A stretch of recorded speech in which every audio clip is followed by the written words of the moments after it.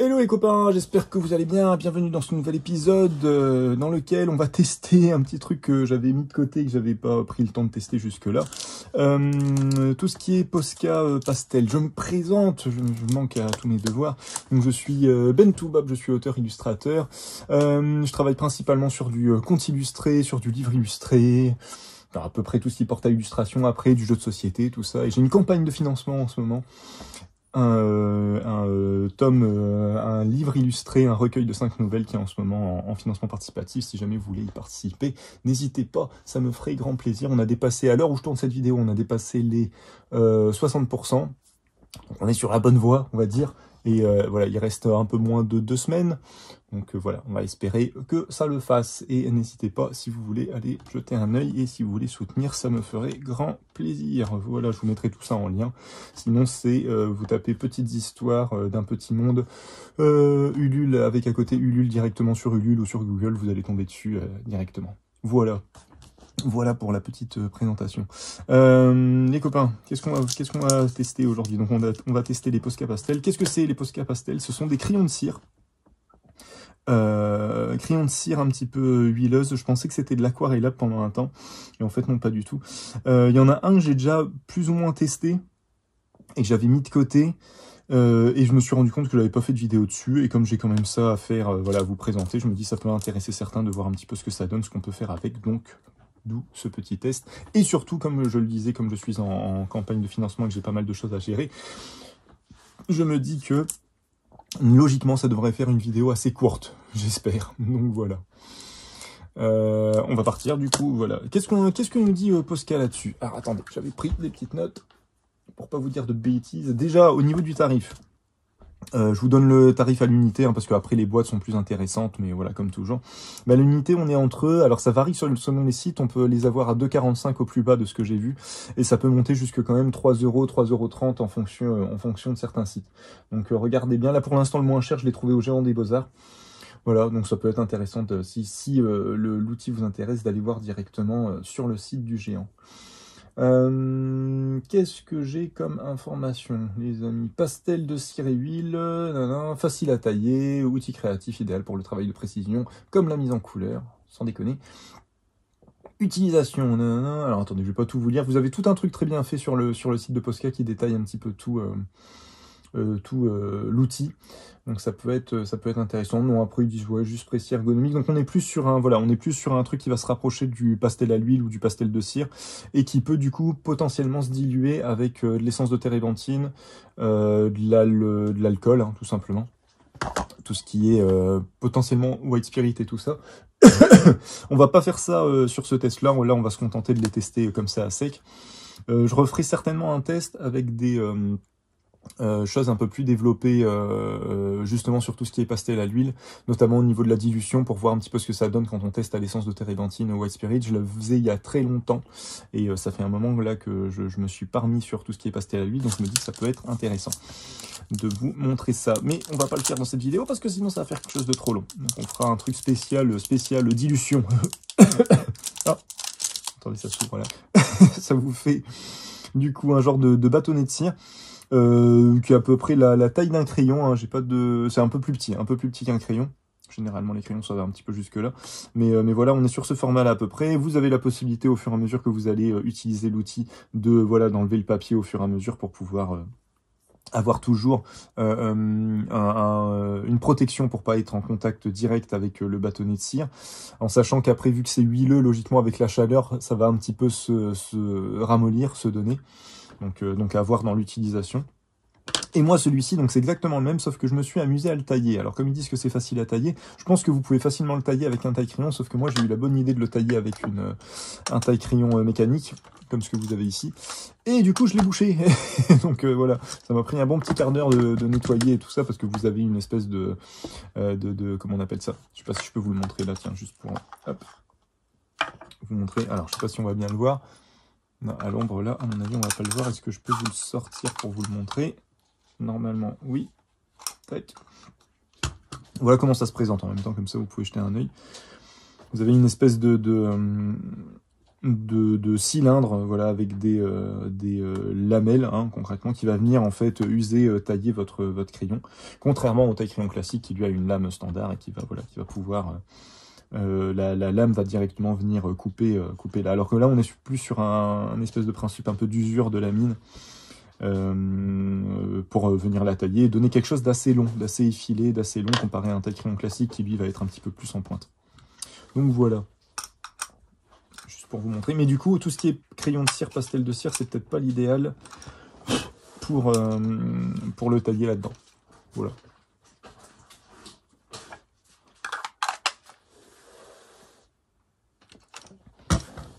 Mais du coup je les ai pas testés plus que ça, je suis pas allé plus que ça dans le test, et du coup j'attendais de faire directement la vidéo pour vous montrer ceci. Pour ce faire, nous allons faire déjà un petit test vite fait sur ce papier-là. On va rester sur celui-là, on va pas tester plusieurs types de papier, parce que là, il n'y a pas d'intérêt à venir l'aquareller, l'humidifier et tout ça. Ça, on le fera dans une autre vidéo. Et là, on va juste le tester à sec pour voir un petit peu ce que ça donne sur un papier qui est un peu grainé. C'est toujours mieux si vous faites du pastel, du crayon et tout ça. C'est toujours plus intéressant d'avoir un papier qui a un léger grain pour qu'il y ait une meilleure accroche, surtout pour tout ce qui est pastel sec. Parce que si vous n'avez pas d'accroche, la différence entre pastel sec et pastel à l'huile, c'est que le pastel sec, du coup, vous avez quasiment pas de liant, hein. Je sais plus exactement ce que c'est le liant, mais c'est juste quelque chose qui permet d'agglomérer la craie, concrètement. Et du coup, quand vous le posez, comme vous n'avez pas de liant un peu gras qui va permettre une accroche du pigment sur le papier, du coup, si vous utilisez du pastel sec et si vous le fixez pas, ça va se barrer au moindre coup de vent. Donc voilà. Ça peut être intéressant de le savoir pour éviter certains problèmes. Et du coup, pastel à l'huile, là vous avez un corps gras. Généralement c'est de l'huile de lin, hein, qui est utilisée en liant. Sauf voilà, dans ce cas-là où là on est sur de la cire directement et qui permet justement d'agglomérer, de compresser le pigment et que le pigment se tienne pour pouvoir justement faire un bâtonnet, faire un truc, un objet en forme de crayon, hein, concrètement. Et du coup l'avantage c'est comme vous avez un corps gras qui lie les pigments, du coup en posant le pigment sur la feuille, vous avez déjà le liant gras qui va permettre une accroche dans tous les cas sur la feuille. Si vous voulez faire le test, tester du pastel sec et du pastel de cire sur du Bristol ou un papier vraiment lisse, et vous verrez qu'il y a une sacrée différence d'accroche entre les deux. Bref, écoutez, on va juste les tester comme ça tous les deux. Déjà, on va commencer. Voilà, quand vous l'achetez, il est directement comme ça. Donc, il est voilà, directement bâtonné. Donc, je ne sais pas s'il y a vraiment un intérêt à l'utiliser comme ça. Je pense que voilà, au niveau précision, ça va être un peu moyen. J'en ai pris que deux, hein, parce que je voulais vraiment voir si c'était intéressant à utiliser avant d'investir un peu plus là-dedans. J'ai pris juste, généralement, je prends 2-3 couleurs. Là, j'en ai pris 2 comme ça. Je peux juste faire une espèce de test de contraste et puis voir aussi les superpositions, si c'est possible de faire ça. On va quand même essayer de le diluer à l'eau, on ne sait jamais, si jamais ça fonctionne, parce que par exemple, vous avez les Woody Stabilo qui sont des crayons de cire, mais qui se diluent justement à l'eau, donc on ne sait jamais. Ça peut être intéressant de voir si ça marche ou pas. Alors attendez, on va faire... Tac. Peut-être faire n'importe quoi.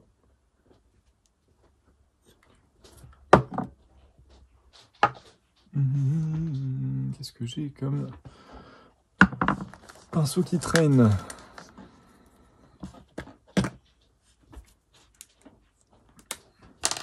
À mon avis, ça ne va rien se passer, mais on peut quand même essayer, sait-on jamais. Puis ça permet de voir justement la résistance à l'eau en tant que crayon de cire. Bon là, ouais, non, là, il n'y a rien qui bouge.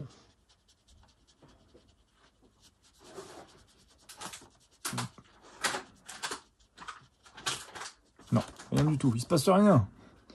Il se passe rien. Donc au moins, si vous les utilisez en base, un peu comme les polychromos, si vous les utilisez en base pour venir mettre de l'aquarelle par-dessus, voilà, sachez que ça ne bougera pas. C'est l'avantage. Ça peut être un inconvénient. Et après, du coup, voilà, quand vous le taillez, vous obtenez quand même quelque chose d'assez solide. On n'est pas sur ce que fait par exemple Caran d'Ache avec les néocolores, où la pointe va quand même vite se casser. On peut les tailler, mais la pointe se casse quand même assez facilement. Alors que là, j'ai l'impression qu'on est sur quelque chose, ouais, voilà, vous pouvez quand même bien appuyer. On est sur quelque chose d'assez solide au final. On a quelque chose qui va se donner assez rapidement parce qu'on a une pointe un peu molle, un peu cireuse, donc un peu molle, quoi.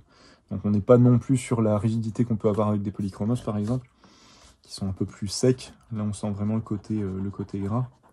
On sent bien que ça accroche. Mais on peut quand même se permettre de bien appuyer dessus. Et de gérer des dégradés assez facilement. Donc voilà, c'est quand même pas mal. Ah, et par contre, oui, c'est vrai que j'avais pas regardé. Est-ce que ça s'estompe si on... Ouais. Ouais, comme du pastel de cire ou du pastel à l'huile, quoi. Donc ouais, on peut un peu le travailler comme ça, quoi. Ça s'estompe pas aussi facilement que du vrai pastel à l'huile qui va vraiment être gras, du coup très très gras. Là, on est sur quelque chose, vraiment, on sent que ça s'estompe parce qu'on le chauffe, en fait. Et pas forcément parce qu'on parce qu'on exerce une pression, quoi. C'est vraiment le fait de chauffer qui va venir faire diluer le crayon.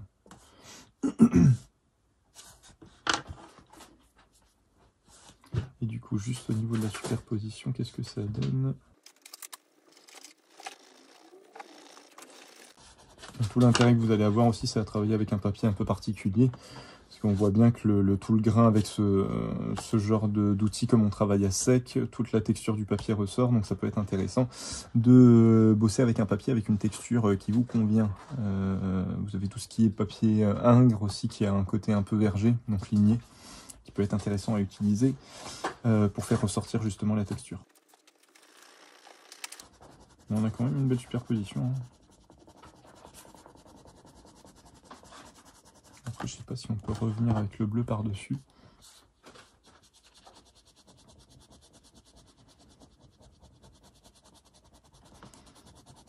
Là, j'ai pris deux couleurs qui sont quand même assez sombres au final. Mais non, on peut quand même bien les travailler. On peut revenir avec le bleu sur le marron et avec le marron sur le bleu, sans souci. Et on n'a pas cette espèce de... Alors, il faut se méfier par contre des dépôts qui ont tendance à accrocher du coup le papier et du coup à faire des traces comme ici, là. Voilà. Faut se méfier un petit peu de ça, mais mis à part ça, en termes d'accroche du papier, c'est pas mal.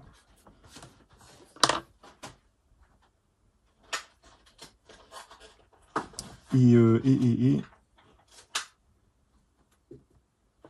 vais y arriver. On est sur... on n'a pas ce truc qu'on a avec certains crayons de cire où la matière que vous déposez, en fait, elle supporte mal la superposition. On est où ça devient un espèce de truc justement un peu trop cireux et sur ça, la couleur que vous allez mettre par-dessus la première couche va patiner un petit peu sur la première couleur et du coup on a zéro accroche. Alors que là, même en forçant, juste pour voir, je pense que même si je force et que je remplis vraiment...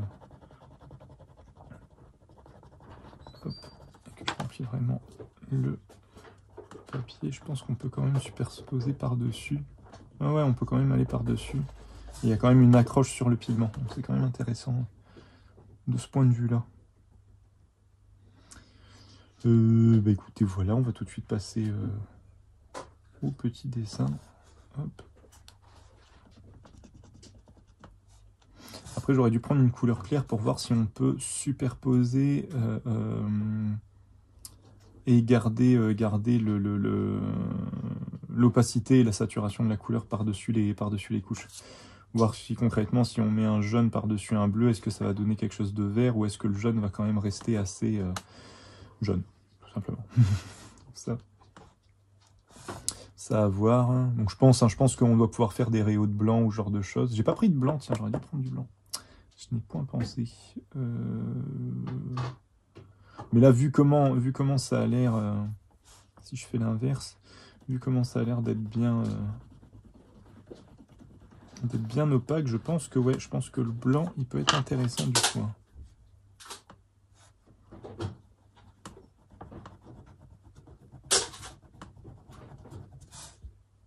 Alors on a le bleu qui est légèrement altéré par le marron, mais on a quand même quelque chose de très marqué, hein. C'est quand même pas mal. suis en train de réfléchir à d'autres types d'utilisation que vous pourriez faire avec. Ça, non, ouais, après, c'est avec l'essence de térébenthine. Il va falloir faire un test avec ça pour voir un petit peu ce qu'on peut faire. Et mis à part ça... Je me demande si on peut, ça, je ferai un test là-dessus, si on peut l'aquareller du coup avec de l'essence de térébenthine ou avec de l'essence de pétrole ou ce genre de choses, quoi. Si on peut reproduire ce qu'on fait avec l'aquarelle, avec des crayons de couleur aquarellables, mais au lieu d'utiliser de l'eau, utiliser tout ce qui est essence et alcool en dilution. Je pense que ça pourrait être intéressant. Il faudra que je teste dans une prochaine vidéo, ça. Du coup, hop, nous allons tout de suite passer au petit dessin. Avec deux couleurs, on va s'amuser. Voyez, ouais, en comparaison avec, là on le voit, bon, je pourrais pas les mettre côte à côte, mais comparaison avec les Neocolor 2 de chez Carantage, qui sont c'est un peu le même principe hein, que ce que vous avez ici, qui sont juste là. Hop. Si j'arrive à l'ouvrir, on est un peu sur la même idée. Le corps est plus fin chez Posca, et je vous dis, il se tient mieux, quoi. Moi, j'en ai cassé déjà 2-3, alors que là, j'ai beau appuyer, ça a pas l'air de se... Ouais, ça a l'air d'être quand même d'être assez solide. Comparé... Après, ils sont pas aquarellables, alors est-ce que le fait... Il faudrait que je teste, du coup, les Neocolor 1, qui, eux, sont vraiment des pastels de cire, et voir s'ils sont plus solides que les Neocolor 2, qui, comme ils sont aquarellables, je suppose que la composition n'est pas la même, et que, du coup, ils sont peut-être plus friables, plus fragiles. Mais voilà, mais en termes de... Comme en fait, en termes de rendu, comme on peut pas trop appuyer dessus sans risquer de les casser, du coup, au niveau du remplissage, quand on a un papier assez texturé, on est quand même assez limité. Alors l'avantage, c'est qu'on peut l'aquareller, donc on peut quand même remplir certaines zones si on veut pas avoir la texture du papier qui ressort. Mais ça reste intéressant, les couleurs sont belles et tout ça, mais j'ai trouvé que c'était un peu limité en termes d'utilisation à sec. C'est juste ça.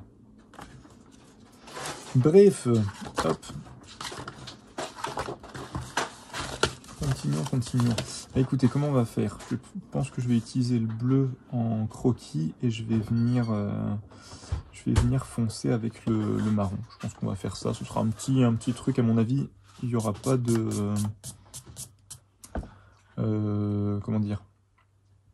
Le fait d'utiliser deux couleurs, je pense pas que je vais réussir à avoir quelque chose de très... avec beaucoup de profondeur, mais il y a peut-être moyen de faire quelque chose de sympa. On va voir.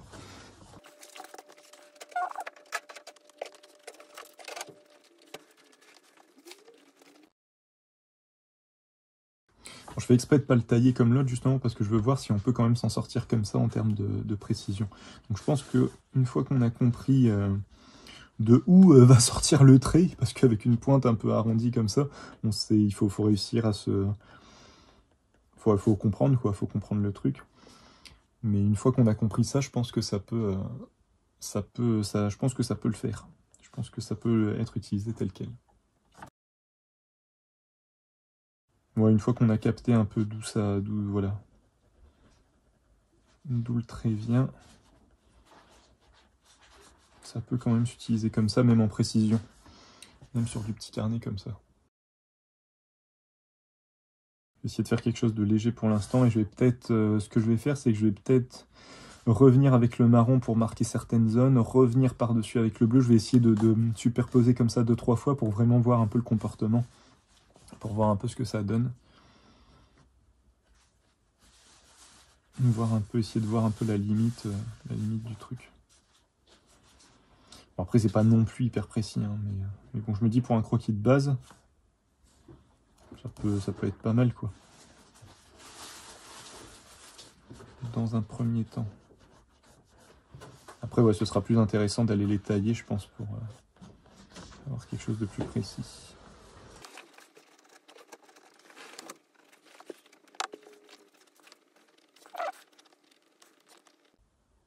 Au moins, lui, il entend bien. Je pense qu'il n'y a pas de souci de ce côté-là.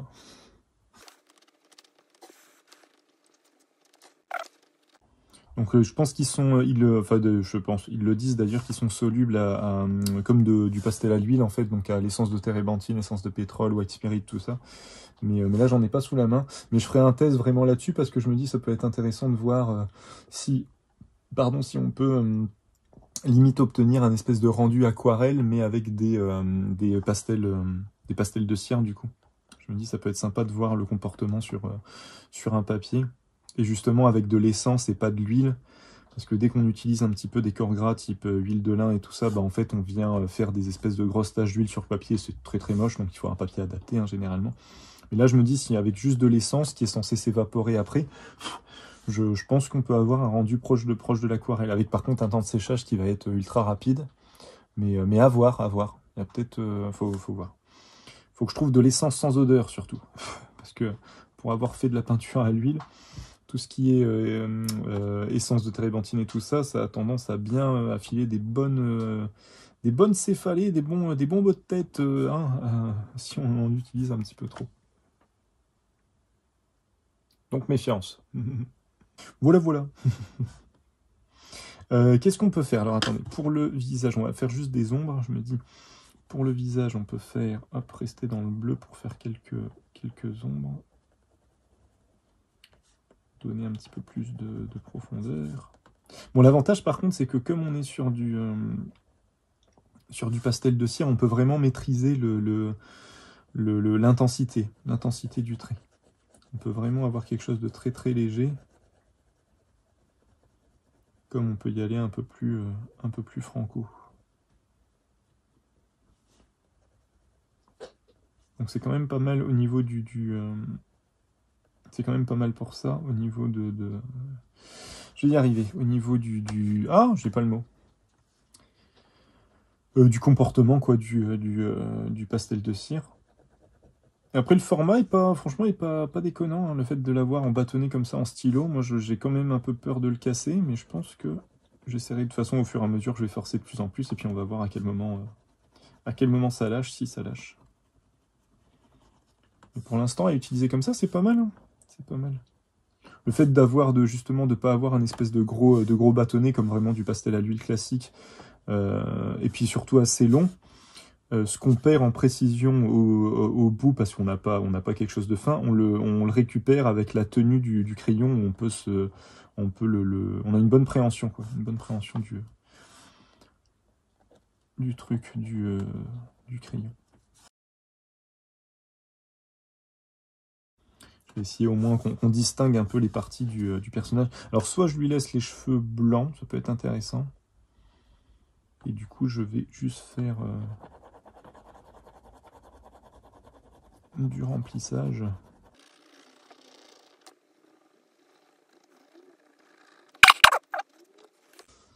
Il faudrait que je le fasse. Alors ici, tiens, on va essayer de faire une superposition, tiens, pour voir si on a quelque chose de différent au niveau du rendu, si on peut obtenir une espèce de troisième couleur. Logiquement, oui, mais on va quand même faire un test concret. Ah là, décidément.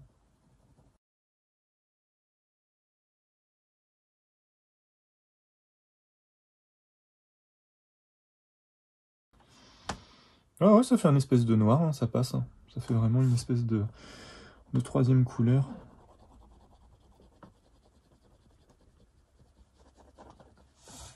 Quelque chose entre terre d'ombre et noir d'ivoire, quoi, un petit peu.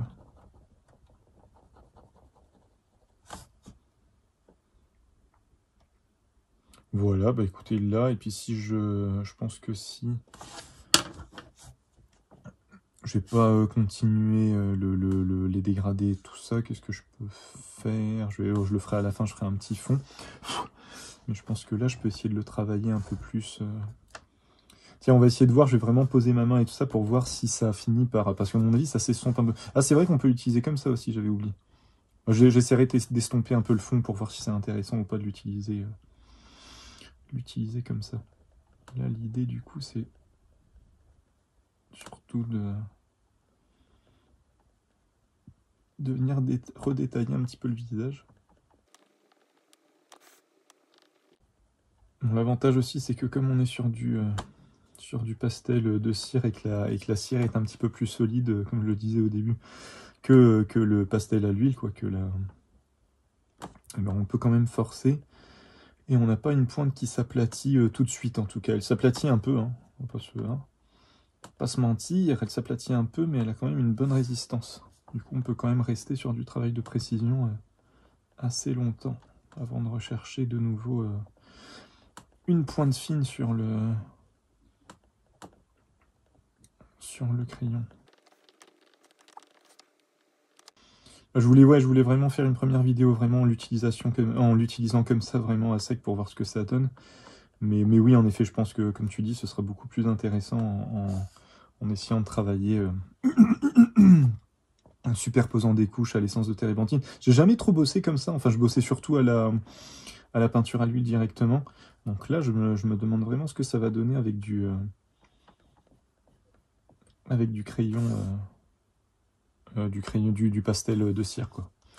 Je me demande ce que ça va donner, on verra bien.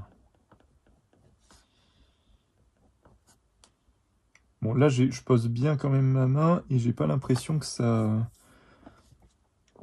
Enfin, je pense qu'il faut vraiment y aller pour que ça s'estompe. Là, pour l'instant, ça bouge pas trop. C'est quand même un bon point. On peut poser la paume de la main sans risquer d'avoir une énorme trace de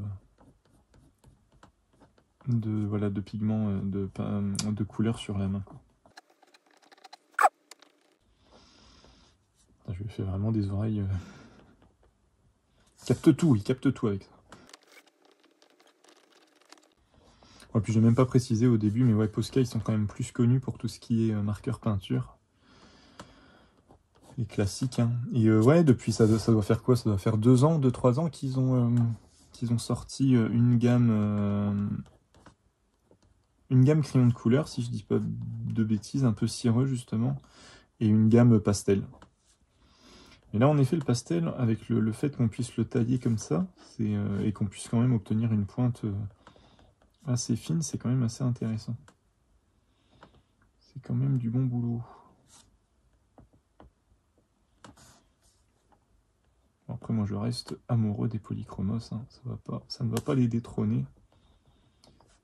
Mais il faudra vraiment que je teste le blanc aussi, parce que si le blanc est bien opaque et tout ça, ça peut être intéressant, ça peut changer la donne. Donc à tester, à tester. C'est sûr, avec des pastels secs, on en a partout. Bah ouais, c'est ça aussi, hein. C'est quand même l'avantage. L'avantage du pastel de cire, c'est que des fois, tu peux avoir en effet autant de pigmentation et une belle couleur, une belle saturation que le pastel sec, sans en effet devoir fixer des fois entre 2 couches, et puis surtout en définitif. Donc, après, c'est cool, hein, le pastel sec, il y a vraiment des effets, il y a quelque chose de très doux. Et il y a une gestion très légère du dégradé du pigment qu'on ne retrouve pas forcément dans le pastel à l'huile, où là on est un peu plus à chercher la matière, quoi. J'ai l'impression en tout cas. L'impression que en pastel sec, on va beaucoup plus chercher la texture. Alors non, à l'inverse, pastel à l'huile, on va beaucoup plus chercher la texture, et pastel sec, on va plus chercher les fondus de couleurs, les dégradés, la transparence, tout ça. Et ben voilà les copains, voilà, on va peut-être s'arrêter là. Je peux peut-être, qu'est-ce que je peux faire juste pour donner un peu plus de profondeur, c'est rajouter comme une espèce de seconde teinte. Ouais, même en rond comme ça, c'est maîtrisable, hein.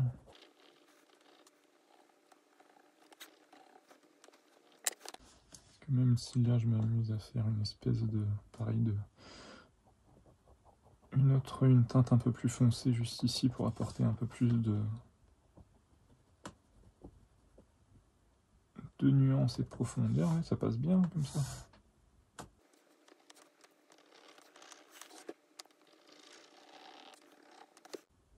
Bon bah voilà, hein, les amis, on va s'arrêter là. Tiens, ouais, je peux juste essayer de faire, hop, ce que je voulais faire, d'estomper un peu plus. Voir un peu le comportement quand on l'estompe.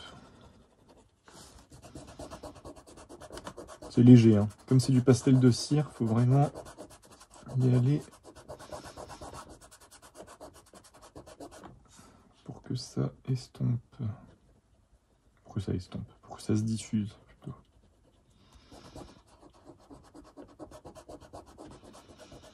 Du coup, on a encore bien le trait en dessous. Donc ouais, c'est peut-être pas l'idéal non plus. Le pastel à l'huile va être plus intéressant pour cette technique-là.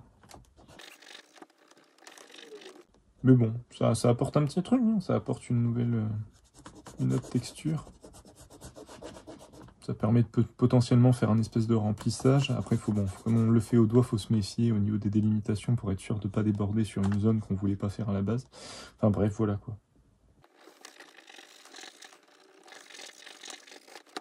Bref, allez, on va s'arrêter là. Hop. Ah. Débarqué à la fin. Hello Fred. Hello. La gamme, merci d'être là. La gamme crayon de couleur de sang, je crois, est très bien. Différente des polychromos. Ah, attends, j'ai loupé. Différente des polychromos, mais très pigmentée d'après des reviews. Ça va tout le monde. Ça va et toi? Ça va. Des crayons de couleur de sang, de sang, c'est-à-dire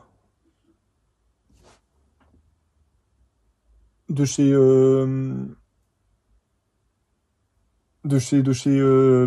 Posca justement, de cette gamme-là. Je savais pas qu'il faisait une boîte de 100, dis donc, ça doit être une sacrée boîte si c'est ça. Mais ouais, non, ouais, pour moi, pour l'instant, au niveau... là, pour l'instant, on se rapproche un peu du... J'aime beaucoup, hein, on se rapproche un peu de la sensation et tout ça du polychromos et après là j'ai pris des couleurs sombres, donc on se rend, même si le bleu il a quand même une belle pigmentation, mais on se rend pas bien compte de toutes les possibilités. Mais ouais, non, du coup il va falloir que j'investisse hop, dans ceux-là et dans les Neocolor 1 aussi, juste pour voir faire un petit test comparatif, voir un petit peu ce qui est le plus intéressant. Et puis voilà, excusez-moi, je baille, je suis fatigué. Bon bah voilà les amis, écoutez, j'espère que ça vous a plu. On va se quitter là-dessus. Ça fait un petit test, c'est très bien, ça va pas me prendre trop de temps au montage. Muy bien. Voilà les amis, on est arrivé au bout. Du coup, qu'est-ce que je peux vous dire là-dessus? Là pour l'instant avec ces deux couleurs là on se rend pas bien compte de la possibilité de toute la colorisation qu'on peut faire et toutes les différentes saturations et les transparences qu'on peut obtenir, mais c'est avec deux couleurs, le résultat est quand même pas pas dégueulasse comme j'aime bien dire, et du coup on a quand même un rendu qui est quand même assez intéressant. On a un pigment qui peut légèrement s'estomper au doigt. On peut avoir quelque chose de quand même assez fin, même en l'utilisant sans le tailler. Après, bien sûr, on peut le tailler. On a une belle superposition. On a, non, franchement, pour l'instant, au niveau du mélange pigment et cire, on est sur quelque chose de très très bien équilibré. Et voilà, il n'y a rien, on n'a pas une espèce de patinoire, ça va pas glisser. On n'a pas non plus une espèce d'accroche un peu trop sèche. On est vraiment sur une composition bien équilibrée, cire pigment. Et puis voilà, donc ouais, prochaine vidéo, pas la prochaine, mais je referai certainement une vidéo avec ceux-là plus des Neocolor 1 et faire un test avec de l'essence de térébenthine ou de l'essence de pétrole pour voir un petit peu ce que ça donne en termes de diffusion. Et puis voilà. Mais pour l'instant, ouais, quand même assez satisfait. Parce que même malgré une bonne utilisation en remplissage et puis en l'utilisant de manière assez précise, on a vraiment une matière qui se tient quand même pas mal, hein. On a une matière qui se tient bien. Je pense que les crayons doivent durer quand même longtemps parce qu'on a quand même tout ça de corps. Et là, vous voyez avec tout ça, alors j'ai pas fait un dessin, j'ai pas fait un A4 non plus, hein, mais on a quand même quelque chose de... On a quand même fait pas mal de remplissage et on n'a pas tant usé la pointe que ça. Pareil pour ici, hein, au final. On commence à avoir un petit arrondi, mais voilà. Donc non, donc bon, bah écoutez, ça vaut peut-être son prix, hein, cette histoire quand même, hein. Mais voilà, à voir. Et puis j'essaierai de prendre des couleurs claires pour voir un petit peu ce que ça donne en termes de superposition avec des couleurs claires. Je pense que ce sera plus intéressant. Bref, j'espère que ça vous a plu. Si vous avez des questions, des commentaires, si j'ai dit des bêtises pendant ce live, n'hésitez pas, pendant cette vidéo, n'hésitez pas à me reprendre. C'est comme ça qu'on avance. Et puis en fonction de l'heure à laquelle vous regarderez cette vidéo, je vous souhaite une bonne journée, bonne matinée, bonne soirée, bon après-midi. Prenez soin de vous. À la prochaine. Salut.